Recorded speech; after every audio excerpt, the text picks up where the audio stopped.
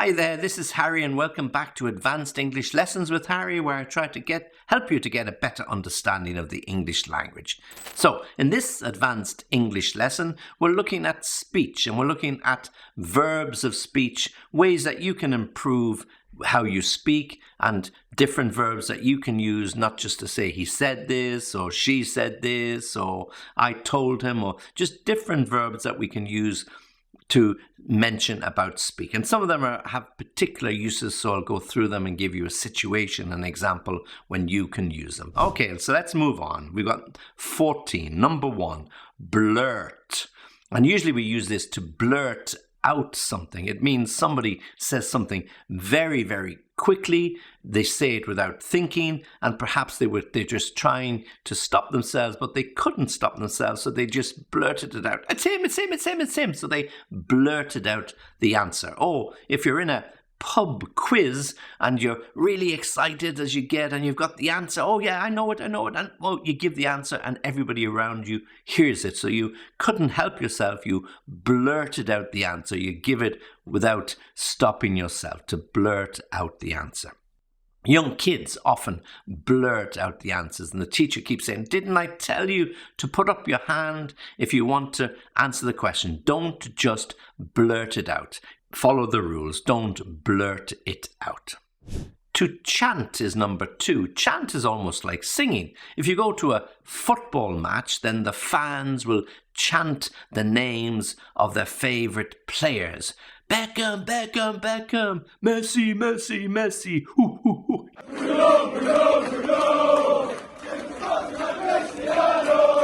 Yeah, so they chant the name of their favourite footballer. Or if they go to the concert, they will chant the name of the rock star. We want Jagger. We want Jagger. That's me showing my age. Mike Jagger. Who's going to go and listen to the Rolling Stones anymore? Yeah, okay, boomer.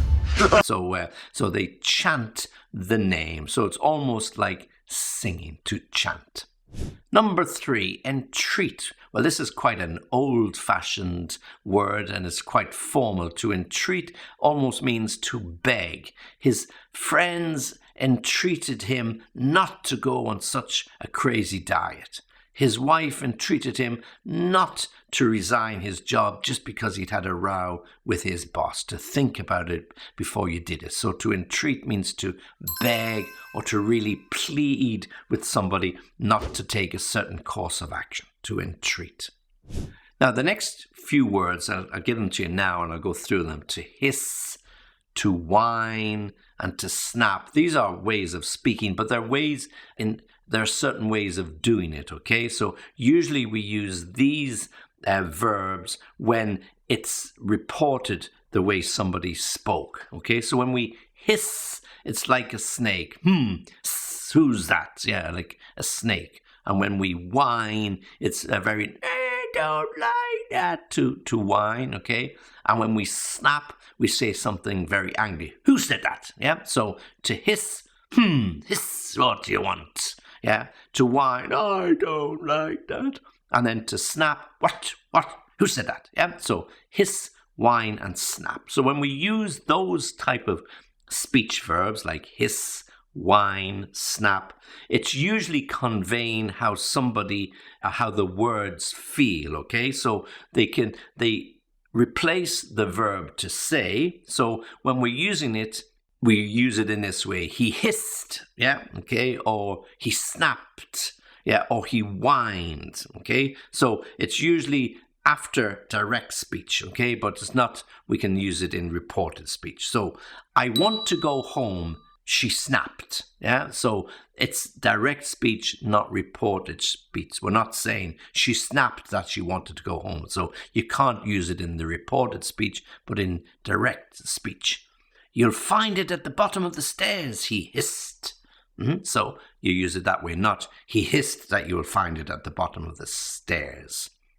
I don't like orange vegetables, he whined. Not he whined that he doesn't like orange vegetables. So we can only use it in that direct speech, not in that reported speech. But they're very good verbs for describing exactly how the person sounds. Don't whine like a baby, yeah? He snapped angrily, yes? He hissed in a fit of anger or despair. Hiss, hiss, snap, and whine. And if you like this lesson, then please like the video, and if you can, subscribe to the channel because it really, really helps. Now, the next one, number 7, to mouth. Now, this is our mouth is the noun, okay? But to mouth something as a verb, you got a different pronunciation, a different stress, but the same word and the same spelling. So to mouth something is to show somebody the letters, to mouth the sound. So you understand clearly what I'm saying. Yes, he mouthed. Yeah, to mouth means to show and demonstrate to the person perhaps the shape of the mouth, how you pronounce a certain word, to mouth the response. It's almost like not saying something at all, to mouth. No. To mouth, no. Okay, number 8 is to nag, okay? Now, nag is a very, very informal word, almost a slang word. Nag is when somebody says something repeatedly. They ask you, could you take the bins out? Would you mind taking the bins out? I've asked you 100 times to take the bins out. When are you going to take the bins out? Would you stop nagging me? I'm going to do it in a few minutes. When are you going to collect my mother? You said you'd go over and pick up my mother. She's expected here. She's waiting for you to. She's probably got a coat on, sitting, waiting, yeah? Okay, don't nag. I'll go and I'll get her now. So that's nagging. So when somebody goes on and on and on, you say, oh, please don't, no more nagging. I hate it when you nag. So to nag somebody is to continuously ask them or to repeat something over and over again, to nag. Number 9, retort. Now this is quite formal, to retort. Usually it's somebody saying something in response to a comment or a question, and it's usually an angry retort or it's a witty retort. So that could be a politician, for example. He's on stage, he's talking about the forthcoming election, and somebody in the crowd shouts something out, you're useless, yeah? And so he retorts, not as useless as you, yeah? So that would be a retort. Maybe it's a witty remark and the audience laugh. Or perhaps some reporter asks him a particular question and it's really deep question. So what about the corruption charges that have been talked about? And the politician might say, that's nothing to do with me.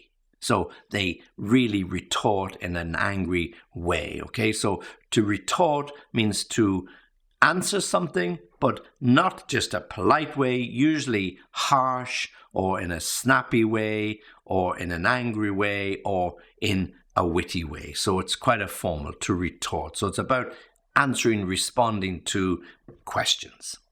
To scold somebody. Well, this is what our mothers, grandmothers, teachers used to do. They scold us when we do something wrong. So if you break the glass or you drop the glass and it shatters all over the floor, what did you do that for? You stupid boy. Oh, what a stupid child. What did you do that for, yeah? Or you cut yourself on something. Oh, you're so stupid. So they scold you for something that you have done or something that you did. Or if you didn't do the homework properly, or perhaps when you're 4 or 5, you peed your pants in the classroom. I think I did that once or twice. Certainly, I remember my brother doing it when we were in school. So the teacher would scold you, and then you'd be sent home to clean up, and your mother would scold you when you get home. Okay, so to scold somebody is to give out to them, to complain, or to be really annoyed or angry with them, to scold. Number 11 is to snivel. Snivel usually involves crying and whinging. To snivel. Don't snivel, yeah? Speak clearly. So if son or daughter comes home from school and they're a little bit upset, maybe they've had an argument with their best friend, maybe the teacher has given out to them, maybe they've got bad marks, and you say, look, come on, don't snivel. Tell me exactly what happened. I can't hear you when you're sniveling, yeah? You have to be careful and clear, and so I can understand you, and perhaps then I can help you. So you try to calm down the sniveling child, to snivel. Squeal. We usually squeal with delight. Oh, yeah, okay, to squeal with delight, like a little mouse, okay? So perhaps you bring home a beautiful present that your partner wasn't expecting, and when she opens the box, there's a most beautiful pair of earrings that she's been waiting for, that bracelet or whatever it was, and she goes, oh, you haven't forgotten. I thought you'd forgotten our anniversary, or you'd forgotten my birthday. Oh, you're this is wonderful, this is great. So to squeal with delight. Or somebody wins some money on the lotto, and they squeal with delight. So anytime you get some really, really good news, something exciting happens, then perhaps it's not just a question of laughing or woo, it's squealing with delight.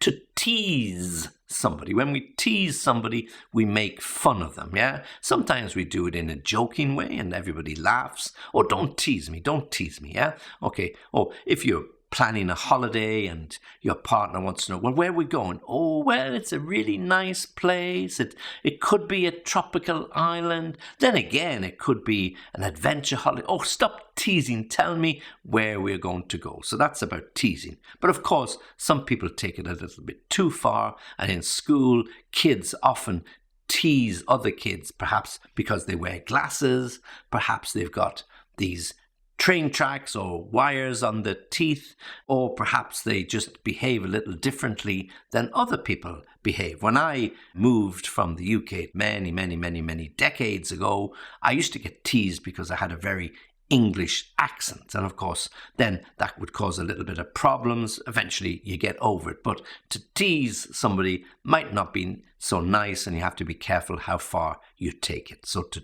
tease. And then finally, number 14, to yell, to scream and yell, to shout. So yelling is about shouting, raising your voice, or screaming. To yell out loud when something happens. Yeah, so yell, go and get your brother, tell him his dinner is ready. And so the young David stands at the bottom of the steps and shouts, your dinner is ready. Don't yell, go up and get him. Everybody will hear you. You just be careful about the neighbors. Okay, don't make so much noise. To yell out loud. Okay, there are 14 verbs of speech, different verbs that you can use to explain how somebody speaks and in certain ways and why they speak in a certain way. And some of them there, those hiss and whine and snap, are very specific because they can only be used in direct speech and not in reported speech. So he hissed, he snapped, he whined. Okay, so just remember those. So as always, practice them. See which ones you like, see which ones you understand. If you need some more examples, come back to me, I will help you, and you'll get me on www.englishlessonbyskype.com. So as always, this is Harry thanking you for watching, thanking you for listening. Don't forget the next lesson.